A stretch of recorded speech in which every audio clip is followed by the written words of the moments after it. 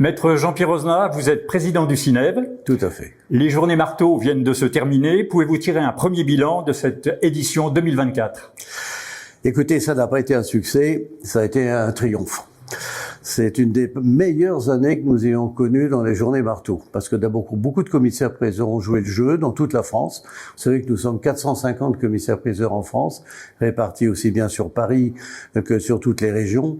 Et donc, toutes ces maisons de vente ont joué le jeu, ont organisé des manifestations, des conférences, des expositions. Et donc, cette édition des journées marteau a été vraiment une grande réussite cette année. Et quels ont été les temps forts pour votre maison? Pour ma maison, nous avions fait des conférences d'un sculpteur, d'un artiste, nous avons eu des expositions, nous avons eu des journées portes ouvertes, parce que vous savez que les journées marteau, c'est avant tout l'idée d'ouvrir les maisons de salles, les salles des ventes à des gens qui ne les connaissent pas. L'émission Affaires conclues a fait beaucoup de bien pour la profession, parce qu'elle a montré que les commissaires-priseurs étaient compétents pour donner des estimations. Mais néanmoins, encore aujourd'hui, quand on parle de salles des ventes, on parle de Picasso, on parle de records. Or, le prix moyen d'un objet vendu en vente aux enchères, c'est 50 €. C'est donc que ces salles des ventes sont ouvertes à tous et à toutes et que tout le monde peut y trouver sa place. Donc, ces journées marteau, c'est des portes ouvertes pour dire aux gens, venez chez nous et vous allez y trouver une solution pour la vente de vos objets. Et donc, vous avez découvert de nouveaux visages, à la fois pour les ventes et pour les expertises? Oui, parce que vous savez, dans le commissaire-priseur, il y a prisée. La prisée, c'est l'estimation. L'estimation dans l'expertise. C'est-à-dire, une personne peut venir nous dire, voilà, j'amène un tableau ou un objet, combien ça vaut? Donc c'est ça le rôle primordial du commissaire-priseur. Après, les gens peuvent décider s'ils vendent par notre intermédiaire ou s'ils mettent sur un site internet ou sur eBay. Mais déjà, la première chose, c'est l'expertise. Donc, depuis des années, on a commencé à dire qu'on appelait ça plutôt les journées nationales de l'expertise. Justement, vous parlez d'Internet. Est-ce qu'Internet a changé les choses au niveau des ventes aux enchères? Oui, tout.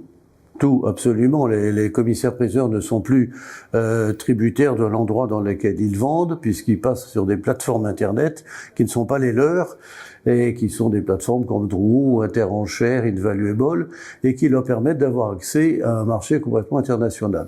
Alors, la contrepartie de tout ça, c'est qu'il y a de moins en moins de gens dans les salles des ventes qui se dépeuplent, puisque les gens maintenant peuvent accéder à la vente aux enchères par l'intermédiaire de leur ordinateur et se déplacent moins. Votre maison de vente se partage entre Fontainebleau, Versailles et Paris. Quels sont vos domaines de prédilection? Aucun. En général, les trois, c'est très bien. À Fontainebleau, nous vendons plutôt des objets, des souvenirs historiques et puis les voitures de collection qui ont fait la réputation de ma maison de vente. À Versailles, nous sommes plutôt sur les grands siècles, sur la royauté, sur une image de bois doré, une image de la France royale. Et puis à Paris, nous faisons plus des ventes d'objets. Nous n'avons pas de meubles. Nous faisons des photographies, de la numismatique, de la bibliophilie, des objets de plus petite dimension. En tant que président du CINEV, est-ce que vous avez un message à faire passer à la fois à vos adhérents et à la fois au grand public? Venez en salle des ventes.